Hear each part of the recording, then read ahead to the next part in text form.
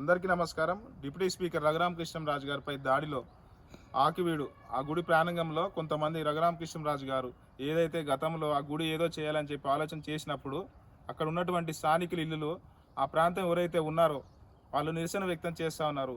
దీని మీద రఘురామకృష్ణంరాజు గారు ఆనాడు స్పందించి ఏంటి ఎవడు వస్తాడో చూస్తాను, ఏం చేస్తారో చూస్తాను, ఇది ఎందాకైనా కానీ నేను కట్టే తీరుతాను, ఏం చేసినా కానీ అని చెప్పి మాట్లాడుతూ ఉన్నారు.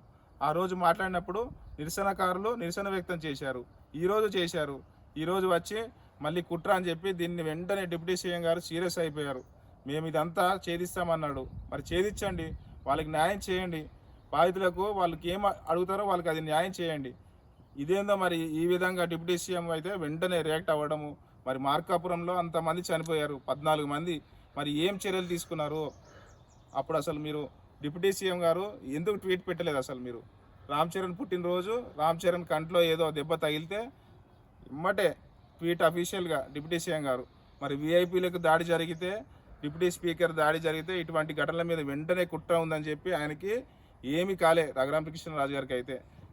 మరి ఈయన గురించి డిప్యూటీ సీఎం గారు వెంటనే ట్వీట్ ఏందో మరి ఇదేం దూరంలో నాకు అర్థమవుతలేదు. మహా న్యూస్ మీద దాడి జరిగితే అందరూ వచ్చేస్తారు, అదే రోజు సాక్షి మీద ఎన్ని దాడులు జరిగినా కానీ వీళ్ళకి కనపడవు.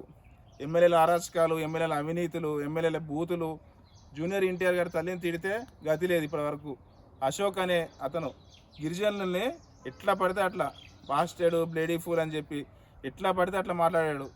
ఎమ్మెల్యేల లైంగిక విషయాలు, వాలంటీర్లకి 10,000 ఇస్తానని చెప్పి మర్చిపోయారు.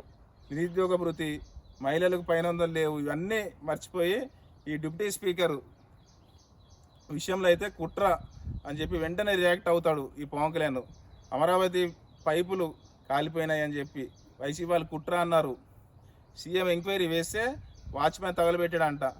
ఆయనకి ఏదో డబ్బులు సంబంధించి ఏదో ఇష్యూ ఉంటే ఇది ఏది జరిగినా కానీ ఇప్పుడు అది వైసీపీ వాళ్ళు కుట్ర అంటాడు. మతాలు కులాల మధ్య ఘర్షణలు కలిగిస్తారు. ఇది ఒక అలవాటు అయిపోయింది వీళ్ళకి, కూటమి వాళ్ళకి. ఇట్లాంటి ప్రభుత్వాన్ని మళ్ళీ అవకాశం ఇవ్వదని చెప్పి ఆంధ్రప్రదేశ్ ప్రజలు కోరుకుంటూ సెలవు తీసుకున్న. Thank you. ఇట్లా మీ పీ కోటేశ్వరరావు, కందుకూరు నియోజకవర్గం.